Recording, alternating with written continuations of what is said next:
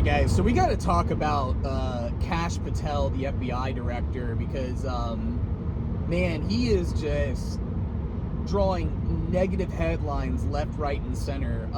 So, first off, he was late to the party on the whole National Guard shooting.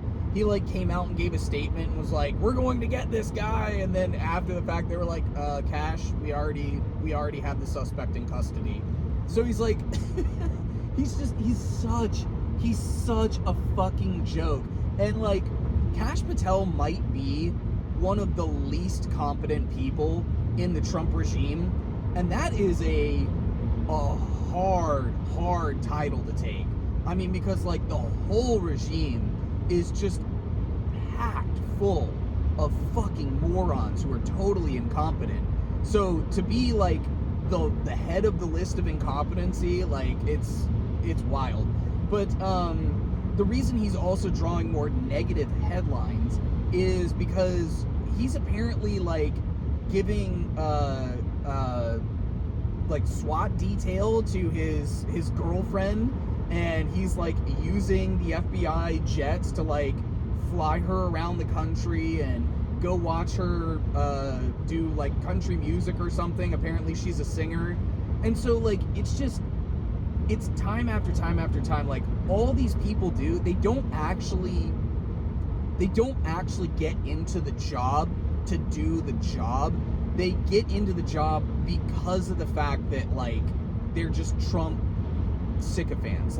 The only reason anybody has a job in the current administration is not because they're good at what they do. It's because they are world-class ass kissers. And in fact, it's probably good that most of these people are massively unqualified and incompetent, because Trump is going to ask people to do a whole bunch of illegal shit.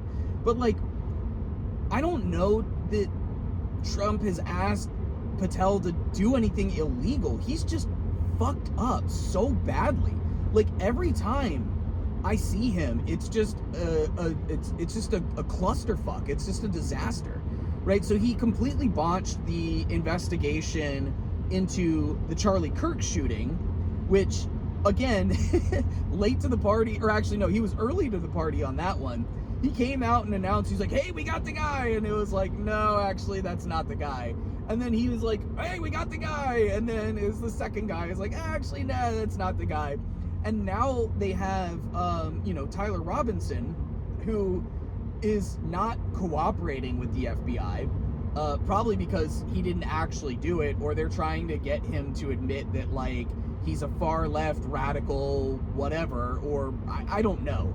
But, their story does not add up on Charlie Kirk whatsoever. It's they're trying to say that Tyler Robinson texted his trans roommate partner or whatever, and it's basically he gives away all the details of "Hey, here's how I committed the crime," all apparently while he's running from law enforcement who are trying to catch him. He's texting paragraphs to his roommate about "This is where I changed clothes, and this is where I hid the gun, and oh my god, what if I can't get my gun back, and I wrote these things on the bullet." It's nobody believes this.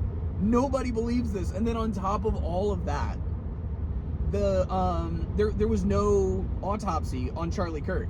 So we can't even corroborate where that shot came from. And there's been a lot of speculation that it's it didn't come from the front, because Charlie's his wound where he was bleeding out profusely is not it's not consistent with an entry wound. It's consistent with an exit wound. So there's a lot of speculation that I've seen, actually mostly from right-wing gun nuts, who are "Hey, I shoot guns all the time, I'm a hunter, this story doesn't make sense." And I saw a video of one where they're saying it actually came in from the top right, and you can see a splurt of blood coming out of his neck there, and then it leaves here, and that would be consistent with an exit wound, and that would actually make sense. But again, they're trying to cover this up. Kash Patel completely and totally botched that. He's completely and totally botched the Epstein files. They're trying to hide it. They're trying to keep that under wraps. And there's some rumblings that Trump might actually be considering firing Kash Patel. In fact, he's considering firing a number of people.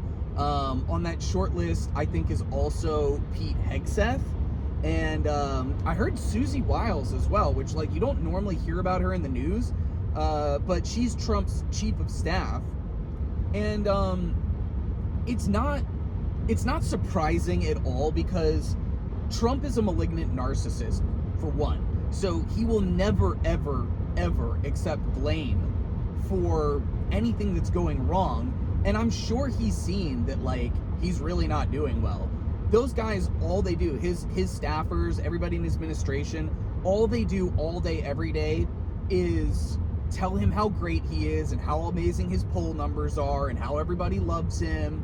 Meanwhile, they tell him, hey, look, just do the ballroom, okay? Just concentrate on the ballroom. Here are crayons, little child. Go play while we try and, destroy the country on our own. And I think that, like, Trump has probably seen the real numbers on how bad his approval rating is and how he's literally underwater on every single issue, whether it be the economy or immigration or the shutdown, anything, you name it. Trump is badly underwater with the voters. And so what is he going to do? He's going to just start firing people and blaming other people for why things are going wrong. Because he did this in his first administration too. He did this to people who said, hey, Trump, you're not really allowed to do that. That's kind of illegal. And he would fire people because they wouldn't do the illegal shit that he wanted. This time around, that's not the excuse. This time around, he is completely surrounded by world-class ass kickers. I'm talking about, like, just the most obsequious people you can possibly imagine. And they're doing everything Trump wants and more. And his poll numbers aren't moving. Like, they're going down, actually. And so he's going to start firing people, or apparently he's going to start firing people because he doesn't like the way that the country is reacting. It's typical fucking Trump, but I would love to see it, man, because like I said, so my mom used to watch this soap opera back in the early 90s when I was growing up. It was called As the World Turns. And I wish they would make a soap opera about, like, the Trump regime and just call it, like, As the Clown Car Crashes. Because it's like, he's talking about possibly firing a bunch of people in his administration. There are Republican congressmen that are talking about resigning en masse. They don't even want to finish their term. Or, best case scenario is, like, they'll finish out their term and then not even run again in 2026. It's looking like there's going to be a blue fucking tsunami in 2026. The whole country is fed up with Trump and MAGA, and you love to see it. So we'll stick with this story as well. We'll see if he actually does start firing people. The only downside to that is that, if you can imagine, Trump will probably replace these people, if he does end up firing them, with someone even worse. And I know it's hard to imagine replacing somebody worse than Pete Hegseth or worse than Kash Patel, but trust me, I have thought that the floor could not go lower many times, and I've always been proven wrong. Anyway, guys, like the video, subscribe to the channel, leave me a comment to feed the algorithm. I'll catch you in the next one. Peace.